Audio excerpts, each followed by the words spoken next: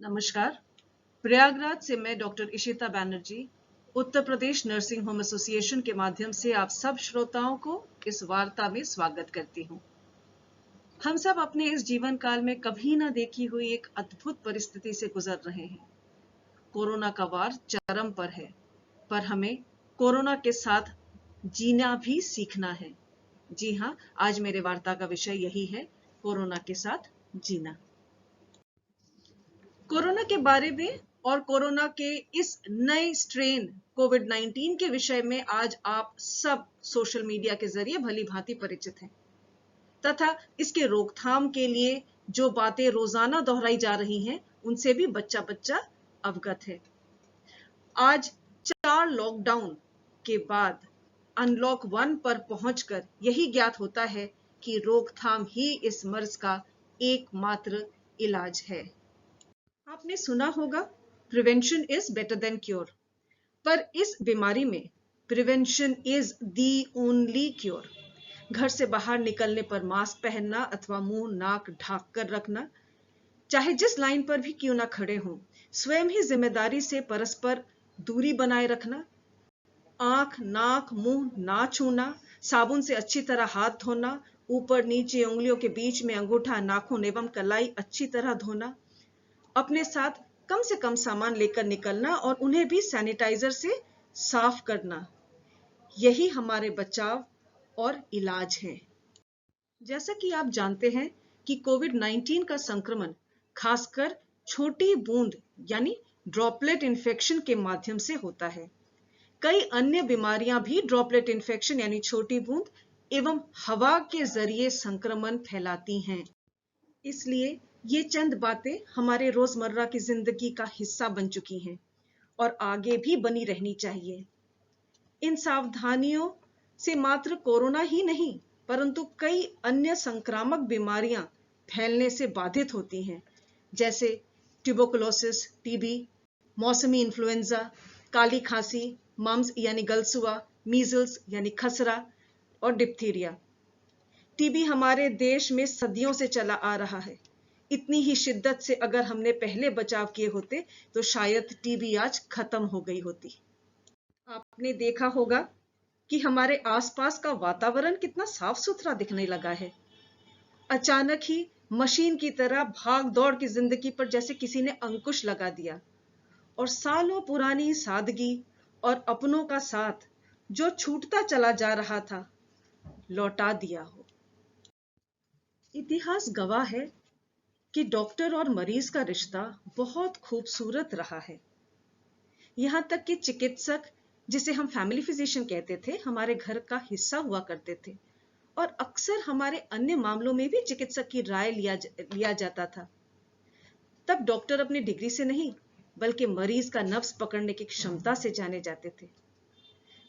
तब भी हमेशा चिकित्सक सफल नहीं हुआ करते थे, परंतु फिर भी भगवान का दर्जा देकर नवाजे जाते थे। चलते चलते बल्कि जिंदगी के दौड़ में भागते भागते कहीं ये रिश्ता छूटता चलता दिखने लगा है। ये रिश्ता मात्र उपचार के लेन देन का नहीं है। भले ही इस पर कितने कानून बन जाएं, पर इस रिश्ते की डोर मात्र मरीज और चिकित्सक के हाथ में है और ये डोर हमें हमेशा परस्पर बांधे रखेगी। आज कोरोना ने हमें इस रिश्ते को संवारने का फिर एक मौका दिया है। जब पूरा विश्व इस संक्रमण के उत्तम बचाव के लिए अपने घरों में रहा, चिकित्सक एवं स्वास्थ्य कर्मी अपनी जिम्मेदारी समझते हुए पहले दिन से आज तक अपने अपने कार्य क्षेत्र में डटे रहे और एक वीर सैनिक की तरह रणभूमि को पीठ नहीं दिखाई। आज अस्पताल का माहौल भी आपको बदला बदला सा लगेगा। आपके अस्पताल आते ही गेट पर एक स्क्रीनिंग काउंटर मिलेगा, जहां आपको सर्वप्रथम नाक और मुंह ढांकने को कहा जाएगा, अगर आप पहले ही ऐसा ना किए हुए हों तो। आपके हाथों में सैनिटाइजर देकर हाथ साफ करने की विधि बताई जाएगी। फिर आपके माथे के पास एक थर्मल गन द्वारा आपके शरीर का तापमान लिया जाएगा। उसके बाद सवालों की सूची दी जाएगी जिसे आपको सही सही भरना है। अंत में आपका नाम, पता, मोबाइल नंबर का ब्यौरा लिया जाएगा।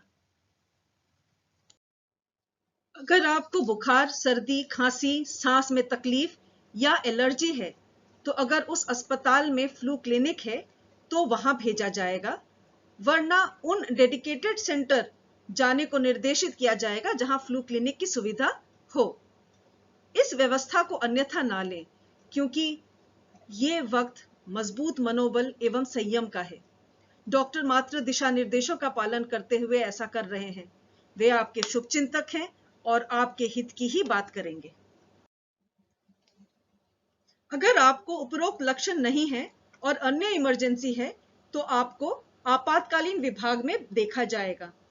इलाज के दौरान अगर कभी भी चिकित्सक को लगे कि आपको कोविड संक्रमण होने की बिंदु मात्र संभावना है, तो आपको एक अलग वार्ड या कमरे, जिसे आइसोलेशन रूम या वार्ड कहा जाता है, वहां रखा जाएगा। आपका उपचार जारी रहेगा और कोविड-19 जांच के लिए सलाह दी जाएगी, जो सीएमओ ऑफिस में भी सुनिश्चित कराई जाएगी। प्राइवेट हॉस्पिटल में कोविड टेस्ट प्राइवेट लैब ही करते हैं और उसका कॉस्ट करीबन 4,500 रुपए है, जो आपको वहन करना पड़ेगा। अन्यथा आपको सरकार के कोविड सेंटर जैसे स्वरूप रानी अस्पताल रेफर कर दिया जाएगा, जहां कोविड टेस्ट फ्री में की जा सकती है। अगर आपका कोई रूटीन इमरजेंसी प्रोसीजर, कोई प्रक्रिया या कोई ऑपरेशन होना है, तो आपका कोविड टेस्ट प्राइवेट लैब में भेजा जाएगा और नियम अनुसार आपको अस्पताल में ही रिपोर्ट न आने तक रहना अनिवार्य होगा। नेगेटिव रिपोर्ट के उपरांत ही आपका ऑपरेशन या जो शल्य क्रिया है या कोई और प्रक्रिया है वो की जा सकती है, परंतु दुर्भाग्यवश पॉजिटिव रिपोर्ट आने पर सरकार के कोविड डेडिकेटेड सेंटर पर आपको भेजा जाएगा। आपको ये जानना जरूरी है कि संक्रमित होने पर अक्सर लक्षण नहीं होते हैं और उन्हें एसिम्प्टोमेटिक पॉजिटिव कैरियर्स कहा जाता है, यानी बिना लक्षण के संक्रमित जो संक्रमण फैलाने में सक्षम है। लक्षण न होने के कारण ऐसे लोगों में सतर्कता थोड़ी ढीली हो जाती है, जो कोरोना को फैलाने में मददगार बन जाती है। इसीलिए आप हर एक नागरिक से अपेक्षित है कि इस महामारी को गंभीरता से लें, भयभीत ना हो। सारे अस्पताल खुले हैं और आकस्मिक सेवाएं प्रदान कर रहे हैं। गैर कोरोना मर्ज का भी इलाज पूर्ण रूप से हो रहा है। हर अस्पताल अपने अपने विशेषता अनुसार, यानी अपनी स्पेशलिटी के अनुसार अपनी सेवा प्रदान कर रहे हैं। अस्पताल में भी आप देखेंगे कि हर स्वास्थ्य कर्मी संक्रमण की रोकथाम के लिए विशेष सुरक्षा उपकरण पहने हुए हैं और रोकथाम की हर व्यवस्था बनाए हुए हैं, क्योंकि अस्पताल के चिकित्सक एवं स्वास्थ्य कर्मी भी अति संवेदनशील स्थिति में हैं, फिर भी अपने कर्तव्य का पालन कर रहे हैं। अंत में आप सबसे यही अनुरोध है कि इस भीषण कठिन समय में अपने डॉक्टर पर विश्वास रखें। आगे आने वाले समय में भी हमें ऐसे एहतियात लेते हुए ही गुजारना है। जिंदगी के अन्य दुख दर्द भी बने रहेंगे, परंतु ये समय एक दूसरे को साथ देने का है। धीरे धीरे ऐसी व्यवस्था हमारे आचरण में घुल जाएगी और हमारे जीवन शैली का एक हिस्सा बन जाएगी। जैसे जैसे अनलॉक के स्टेज बढ़ेंगे, हम सब और सक्षम हो जाएंगे और कोरोना के साथ जीना सीख ही लेंगे। इस वार्ता को सुनने के लिए और उस पर अमल करने के लिए आप सबका धन्यवाद। आप सब सुरक्षित रहें। नमस्कार।